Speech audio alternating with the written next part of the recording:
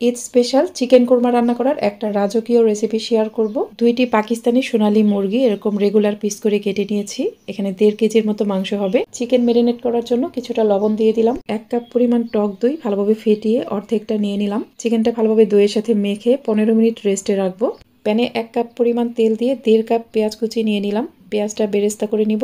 বেরেস্তাগুলো ভাজা হয়ে গেলে বাকি তেলের মাঝে 1 টেবিল চামচ পরিমাণ ঘি দিয়ে এখানে কিছু আস্ত গরম মশলা দিয়ে দিলাম। অল্প একটু পেঁয়াজ কুচি দিয়ে একটু ভেজে নেওয়ার পর দিয়ে দিলাম ভর্তি করে 1 টেবিল চামচ করে আদা রসুন বাটা। পেঁয়াজ বাটা দিয়ে দিলাম 1/3 কাপ পরিমাণ। এই বাটা মশলাগুলো একটু কষিয়ে নেওয়ার পর দিয়ে দিলাম বাদাম বাটা। 15 থেকে 16টার মতো কাঠবাদাম পেস্ট করে নিয়েছি। এখানে 1 চা চামচ মরিচের গুঁড়া, 1/2 চা চামচ জিরার গুঁড়া, 1 চা চামচ ধনিয়ার গুঁড়া, স্বাদ মতো লবণ দিয়ে অবশিষ্ট যে টক দইটুকু ছিল সেটুকু দিয়ে দিলাম।